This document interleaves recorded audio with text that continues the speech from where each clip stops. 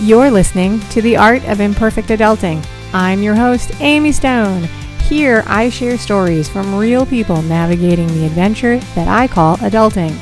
Are you ready? Me too. Let's do this. Hello, friends. I am looking forward to introducing you to my guest on this episode, Noemi Beres.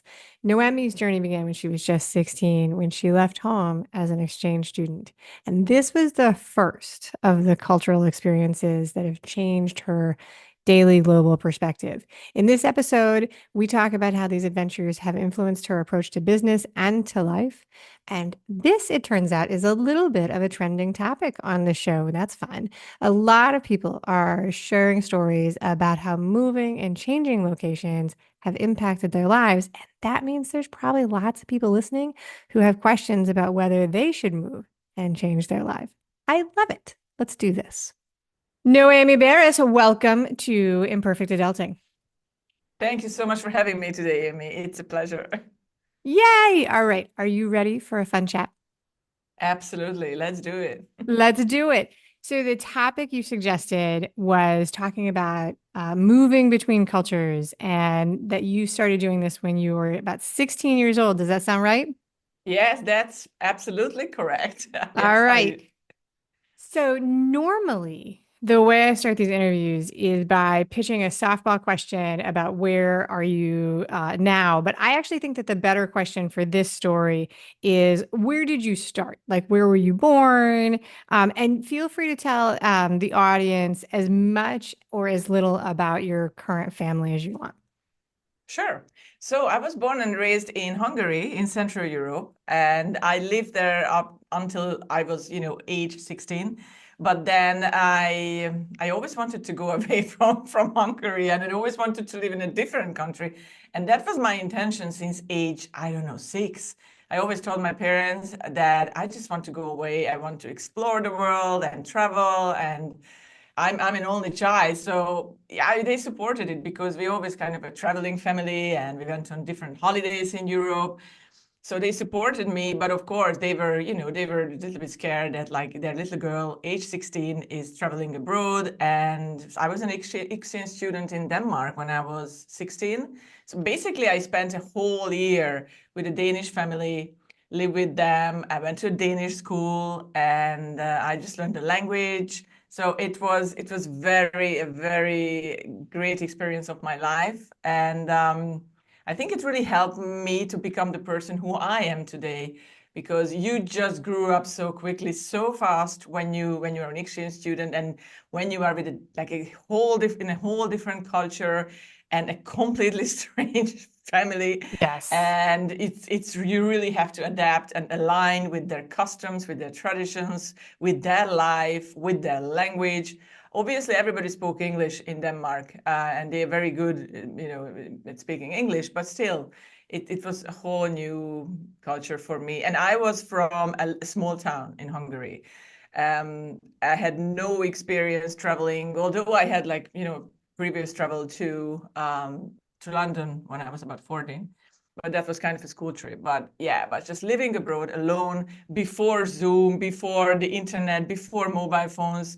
And I could only, my parents sent me letters and my Right. post, and By and I post. wrote them letters. And I don't think, yeah, I mean, it's a different situation in Hungary. I didn't even think we had phone line in the house back then. So actually my mom and dad, they went to this phone booth in town, and they Yeah. called me up like maybe once a week so we could talk. So it was, yeah, I was kind of alone. So it was really It's interesting. totally different. What year was that? Like, I don't know if you and I are the same age. 96, Okay, so 96. 96. So Yeah, it's actually that's the different. same Yeah. time that I moved. Like I did study abroad in 95. And I would buy a prepaid phone card and go to a Yes. phone booth Mm. and call my dad and hang up, because then he would call me back. Like I had given him the number. So that was how we did it. Anyway, we will. One of the challenges in this conversation today for the audience that's listening is that 99.99999% of people that I interview on the podcast, I've never talked to before we have the conversation. But Nomi, you and I actually have a connection. We're part of Yeah. a connection group, I think is what they call it, called Polka Dot Yes. Powerhouse. And so we do, even though we live on opposite sides of the world, we do actually, we have over the past couple of years had a chance to connect in this way over Zoom. And so hopefully I'll be able to stay on task and not just fall into random chatter with you about our lives. I know, That's I my know. goal. So, what the first time, so the name of that group, this is not about that, but the name of that group is Polka Dot Powerhouse. Random question though, what did you think the first time somebody said, "Oh, here's this group called Polka Dot Powerhouse"? Because I think it's like a super bizarre name for a company. Yeah, no one gets it. It's like, Right. what kind of company? You remember? I was like, what's this? Right. I remember writing it down. I was like, a polka, what? Okay. Yes, exactly. And like, so that's totally, Yeah, I yeah, think that's yeah. fun. And I wanted to share that with It the is. audience that It we is do. fun. And I got introduced, yeah, 3 years ago because I just renewed my membership like All right. So, yesterday. yeah, you Yeah, know. so that was 3 years ago. Yeah. And I just love it. Yeah, absolutely. So let's talk about making that decision. 16 is young. And so you were in school in Hungary. In the States, we would say you were in high school. So Yeah, is that like so? Okay, so that's where it was. So same. let's go back to what were you like as a teenager in Hungary? Like what was young Noemi like? You mentioned that you'd always wanted to get away, but tell us more about what you were like then.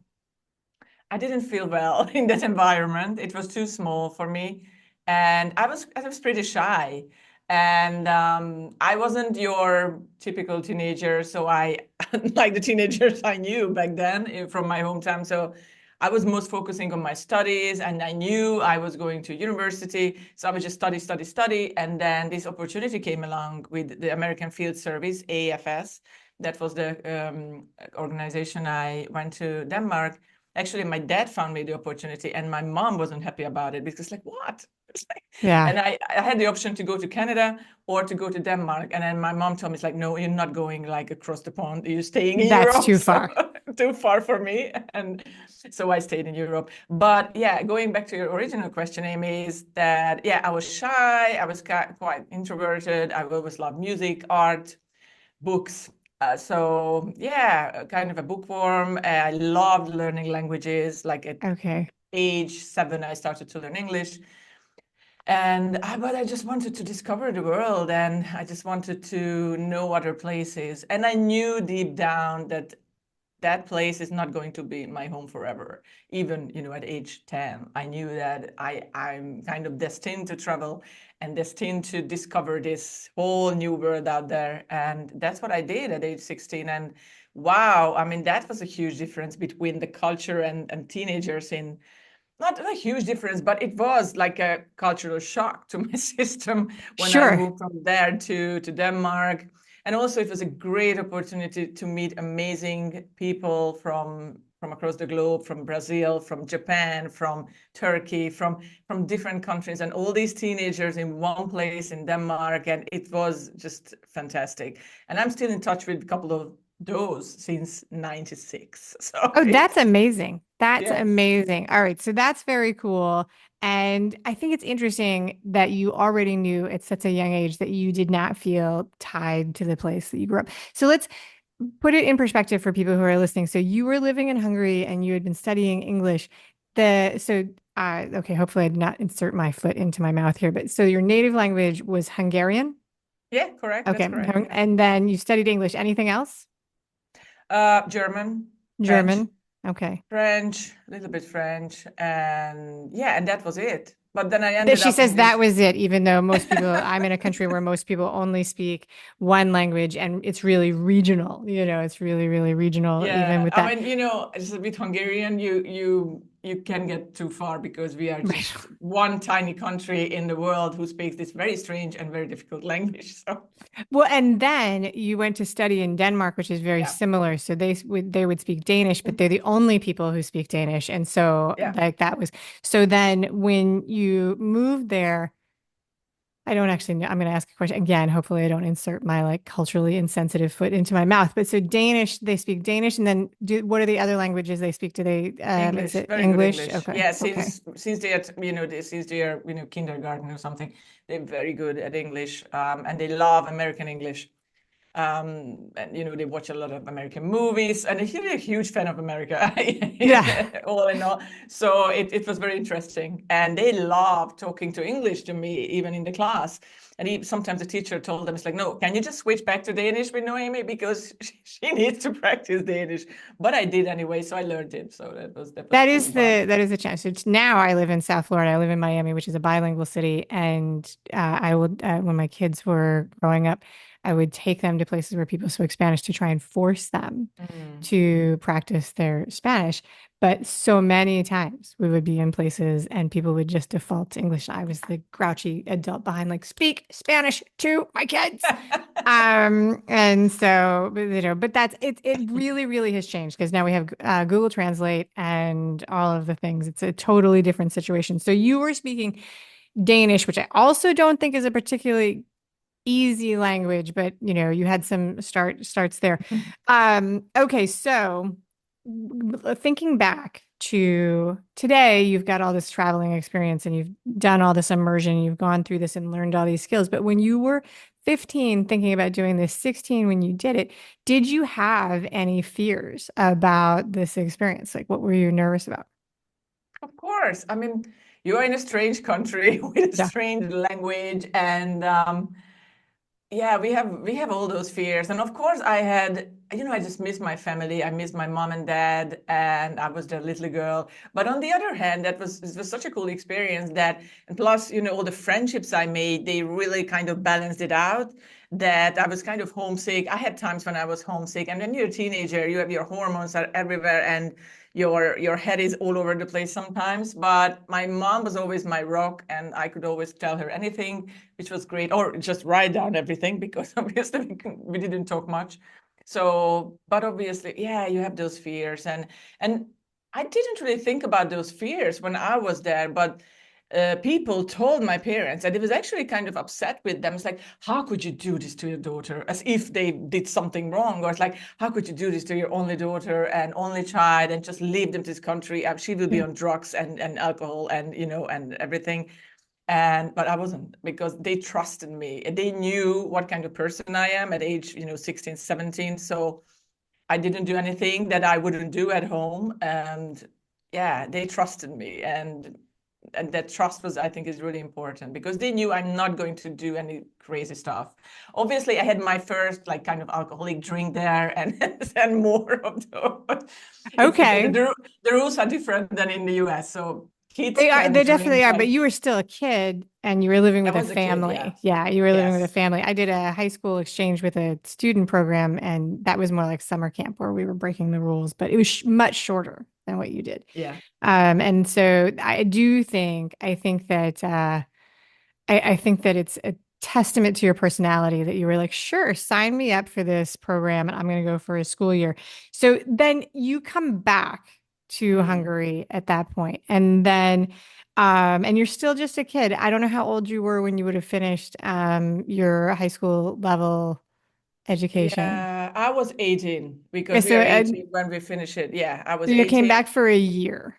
Yes, correct. So I got back, and then I was a changed person. So I grew up like Yeah. that. So with a blink of an eye, with a blink of an eye, and people just couldn't really recognize me. Obviously from outside either, because I just cut my hair. I had a nose ring, and in my Martin's Oh, so boots you and came back a grunge stuff. totally, well, mid Yeah, whole 90s, new. right. Mid Yeah, 90s. It's coming exactly. back. Grunge Grunge is and coming back, but with a everything country is, flair. yeah. Yeah. Yes, Yeah. and I wasn't that very, very girly girl, so I really liked all kind of grunge stuff, and just the usual late 90s. And so everybody just looked at me, who is this person? What did you do to her? And obviously I had more self-confidence, and not like I was just big-headed or something, but I had much more self-confidence, that I was really, really, I needed it because I didn't have much when I left. But when I got back, it was a huge change in my life. And yeah, it was really, really interesting to fit in again to that system. And my biggest problem was that the Danish and the Scandinavian school system is amazing. It still is.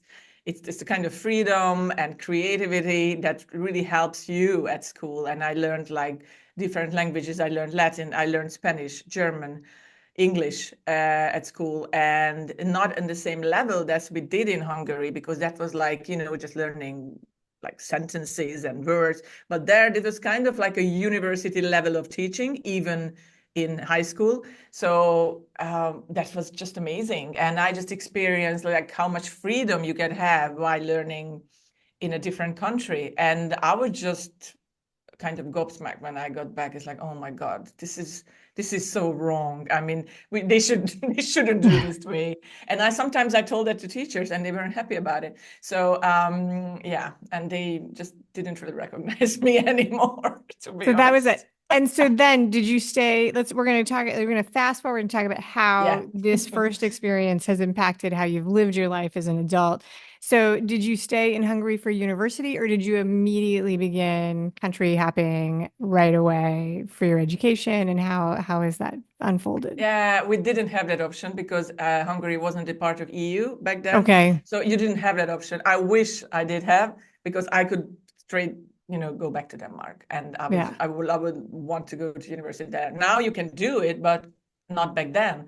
So yeah, I just applied to university, and I fast forward because we're gonna be here Right, tomorrow. exactly. And then on Tuesday, I had a ham sandwich. Yes. Yeah. Fast forward a little bit. And so, yeah, so finished university, got a master's degree in Scandinavian linguistics. So I do, it's like Denmark Okay. has always played a big part of my life. And the language too, it's very strange language with a very strange pronunciation and everything. But I just loved it. So yeah, and I had my master's degree, and now what? And who's Well, so gonna, let's touch employ base on that a me? little bit because Yeah, you have so you love like many people say they love languages, and I believe all of them. But I want to like sort of double click on this and talk about how many languages you have some knowledge and speak on, because it's very clear to me that you really truly love the study, and you must yeah, have an you might like so there's like skill level in how people can pick up languages and not like there's a person in my family who does not pick up words ever, like cannot order coffee in living in Miami after living here for 30 years. I don't understand how that's possible, but it is possible because I live with this person. And so so you started out speaking Hungarian and had some exposure to English and yeah. Germanic languages, and then you went to Denmark and picked up Danish and were exposed to other things. And what other languages? And then what was your main study as an undergrad? Was it languages? Yes, it's languages like Danish Languages and all the Swedish, time. Danish and all the time, Swedish. and Swedish. And I picked up Swedish because my Danish was very high level. When I got back, and you didn't need to have Danish when you applied to this class or whatever we call it, and to faculty. So actually, I was like, okay, can I just study the Swedish too? And they said, okay, yeah, well, your Danish is cool. So yeah, just study the Swedish too. So I learned Swedish, and I understand Norwegian because of the other two. I can't speak it, but I understand it. And then I always loved Spanish, and I'm still learning Spanish for many, many years. I can't really practice it with anyone in Cyprus. That's the problem. Maybe I should go to Miami. And You should. You should definitely come visit. and now I can practice it. I love Latin American Spanish, not the Spanish. Ah, And okay. and I also learned Greek because we live in Cyprus. But again, it's not many opportunities to practice it because everybody speaks English and nobody wants to talk to Greek with you because you're not from here. And now there's a craziness that is going in my head, and I love the Celtic culture because I lived in Ireland too. We didn't, Okay. and I love Celtic mythology and everything that's about Celts and everything about Irish. And so I started to learn Irish, which is like, why would you do that? Like it's kind of not many Irish people speak Irish either, Right. but It's I love a the right. language. Yeah, I They're love the like language. trying to hold on to the Gaelic, Yeah, yeah, and like some of the other really old languages, there's different versions that you yeah. can study. Like you can study medieval, Yes, and like yeah. Old English type. So that's very cool. That's a lot of languages. All right. So you're in school in Hungary, you're studying these languages, and you threw it in there. Now today you live in Cyprus, which is Mhm. like a very cool thing, but you live in Ireland. What other places have you hopped around and lived in your globe-trotting days?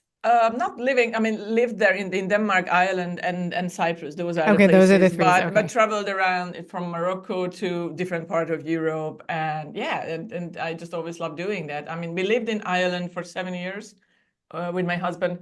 And because we lived very close to Dublin, and there's like a hub of Ryanair, which is a low-cost airlines in Europe. So you can get away, we just got away like maybe we had a year, so we traveled every month to somewhere to a Yeah. different European country. And that was fun. I mean, That is that was amazing. pre-child time.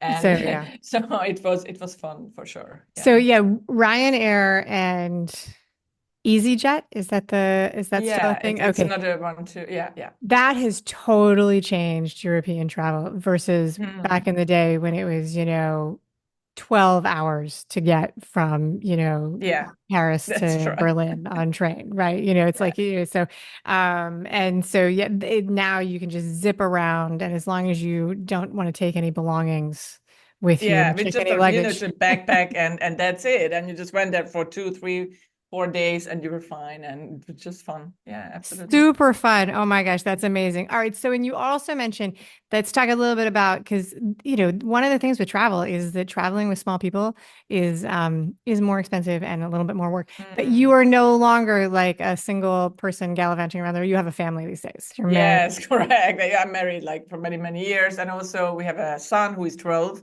and he's bilingual.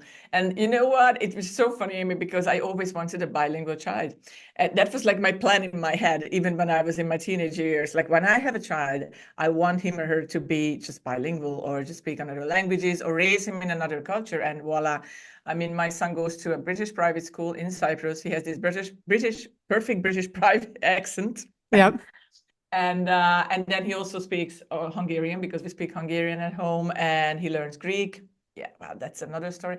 And I teach him like through Duolingo. I teach him Spanish, and his Spanish actually is much better than his Greek, to be honest. So That is amazing. And you've done that, like, so he's 12 and you've done that since he's the beginning. That's like super fun. How would you say, just as like a conversational topic, not as like parenting advice, but how did becoming a parent change your how you travel and your wanderlust to have oh others? my gosh. Yeah, it's so much harder. It's like I remember him because we travel frequently back to Hungary to see my family. Like only my mom left for me there because my dad passed away 5 years ago. But yeah, and since he was a baby, since he was 6 months old, we just back and forth and traveling with him. And he got used to it by now, so he's fine. But it's yeah, it's definitely not easy to travel with kids. I mean, these are short haul flights, so it's Right. fine. So it's max stops like 3 hours, and that's okay. I mean, you can still survive. I mean, sometimes, yeah, when he was a baby, it was, oh, yeah, we had some interesting flights, and Yeah. some people give you those eyes when the child cries or they scream or something. So, yeah, it was fun for sure. It's definitely, it changes everything. I like, but people do it, right? People Yeah, do it. they do it. Yeah. You were living in Cyprus, going home to visit your family in Hungary. Is your husband, your partner, is he Hungarian, or is he Yes. like, okay, so through all of this, Yeah. you both have the Hungarian Yeah. roots and tradition. Oh. Yeah, well, I mean, we lived a couple of streets away from each other. So Oh, I feel like there's another story here. not much actually. We just met accidentally, but that was it. I mean, we didn't know each other back then for many, many years or something. We weren't friends or anything. We just lived in the same town. Our parents, they knew each other Your parents knew before each we. other, and then Yeah, they when knew each other. did you guys get together in university, or were you older, or at what No, point? I got married very, very young. I was actually 19 when I got Okay. married. That was I got accepted for university, and before my first year, that was in the summer before I started university. And yeah, it was no, actually no, sorry, that made me my mistake. That was many years ago. So yeah, first year. When I finished first year at university, then we got married, and it was yeah, and my parents were kind of shocked. It's like, why would you do that? It does seem like it's out of character with the other parts of your personality, with the nose ring and the boundary pushing and the travel, to choose something that's a Yes, more very traditional. interesting. Yeah, That yeah, is that's really, right. that's a very interesting. But at the same time, I would say that is, it resonates with, you're going to march to your own beat. It's like, okay, this feels right. This is what I'm going to do. Yeah, I always did that. Yeah, yeah. Yeah, That's for sure. that's very cool. All right. So now I'm going to make sort of a random abrupt shift for the audience. but it's planned. It's on purpose. And we're going to shift from talking about your travel and living in different countries and the way those choices impacted the way your life has gone to your connection to podcasting, which is this is fun. You have a podcasting business. Tell the audience about what you do and those kind of things. Yeah, so we started our podcasting business in 2020. It was a pivot from we had an online travel related business from 2007 up to 2020, but because of COVID, obviously everything changed. Everything shut down. Everything shut down. The whole travel industry world just like one day to another just stopped. So we had to pivot, and that was the pivot. We started our own podcast booking agency back in 2020. And wow, I just love the journey and love meeting people and connecting with amazing people worldwide, which I didn't do much before because that was a whole different business model that we were doing. And I just love it. And yeah, I'm just really, really thankful and grateful for this opportunity because I know that, the pandemic brought so many bad things and so many people passed away. But I also know that for so many people, there was another business opportunity and then there's just a shift in the life that they needed. And that we always talked about with my husband, that like, oh, it would be cool to have another business on the side and, just earn more and everything. And then voila, podcast booking agency just started. So, But it is so before that you were in the travel industry and like you said, like this is not a podcast about or a show about the pandemic, but it is about choices and changes and mm, decisions. And you can like divide choices into like, things we choose on our own, like, hey, I want to get married, and or things that are sort of forced upon us, right? Like the weather or the yeah. pandemic. And but they all have an impact on our life. And now that we've got some distance on it, right? That was 2020 and we're about in Yeah. 2025 when we record this. It will be 2025 when people listen to it.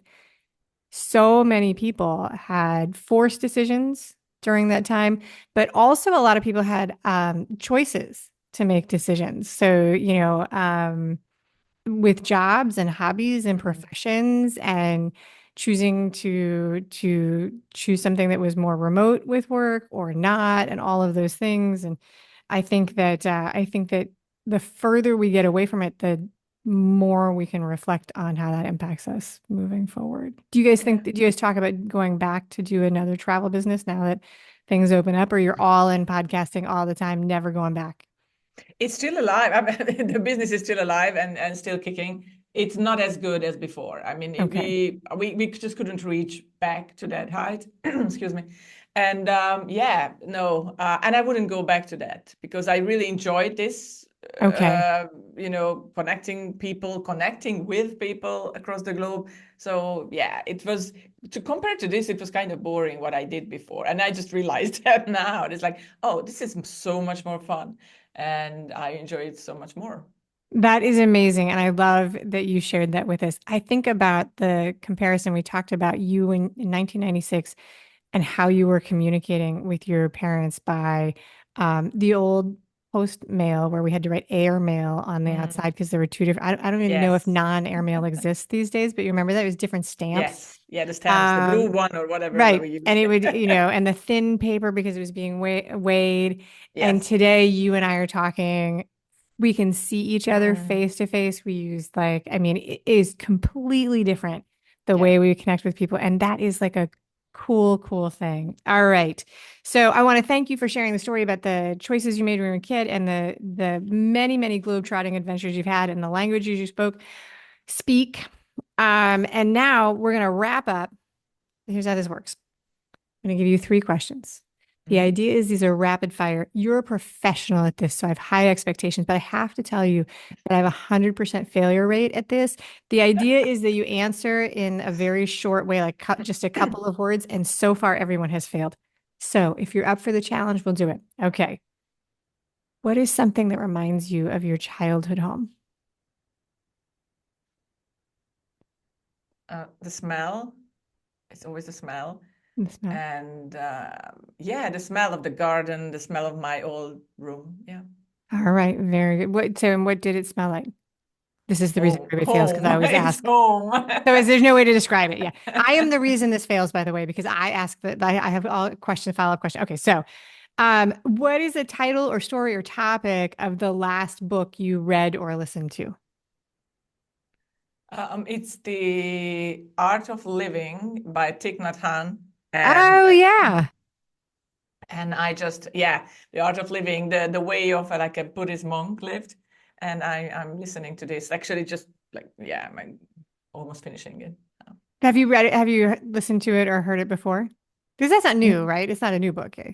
No, it's not. I just Okay. came across and I heard about him, and it's like, oh my gosh, I need to, learn more about him. And Yeah. I really like Taoism, I really like Yeah. Buddhism, and I just really aligns with my way of life. And this is the book I'm listening. I'm listening, like reading 4 books parallel. So this is one of them. So That's it. So, and when I also will sometimes do that, I'll have something in an audiobook and I'll be reading something else. And then yeah. sometimes if somebody asks me what I'm reading, I will mix them in my mind, which is a terrible thing. And then yes, so that's I like I honor that challenge. I think he right I think Yes. is he's credited a lot with meditation Mm. ideas and Buddhist ideas, and Yeah. I have not read that, but I should. I think I'd really enjoy it. So, all right, you have a super busy life. You have a business, you more than one business.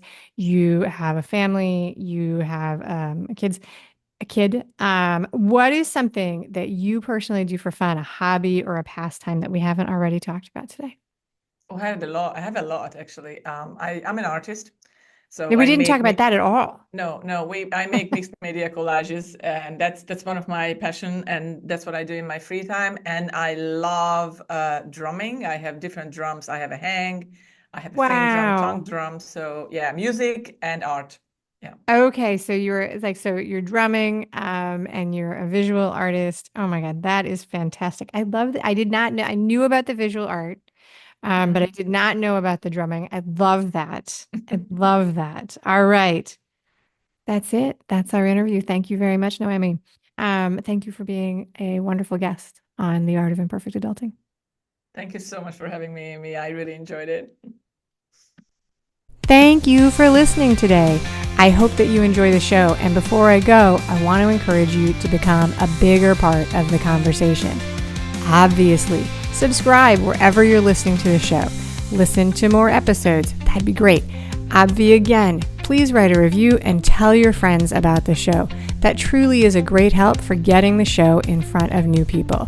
Okay, but more fun for you yourself, head over to imperfectadulting.com and join the email community. You'll get some free stuff right away, and that way you'll begin to get the emails about the podcast. This includes the links for the special offers from the guests, and it's the only way to get that. Also, if you aren't in the mood to listen, I actually include an article directly in those emails. Whee! Now, if you love this and you crave more time with me, Amy, as a coach, a mentor, or just adultier adult, numero uno, check out The Village. If you have a story you want to share with the listeners, I'd love to hear from you. I have an open application. Just let me know you want it. And that's a wrap for today. Until next time, remember, the journey is the destination. Ralph Waldo Emerson said that, not me. Well, until just now, I did just say it. But what I want you to hear today is that if your adulting journey isn't going the way you expected, that may not mean that you're lost. It may just mean that you're on your way. This is Amy Stone, signing off. The Imperfect Adulting podcast is created and produced by Amy Stone and Amy Says So. Anything expressed on this show is offered as entertainment, and the views of the guests may not always represent the ideas and viewpoints of the host. That's me. Amy does not intend or hold herself out to provide professional advice or recommendations of any kind. In the end, you and you alone need to make those kinds of decisions based on your personal and individual situation, needs, circumstances, and comfort level.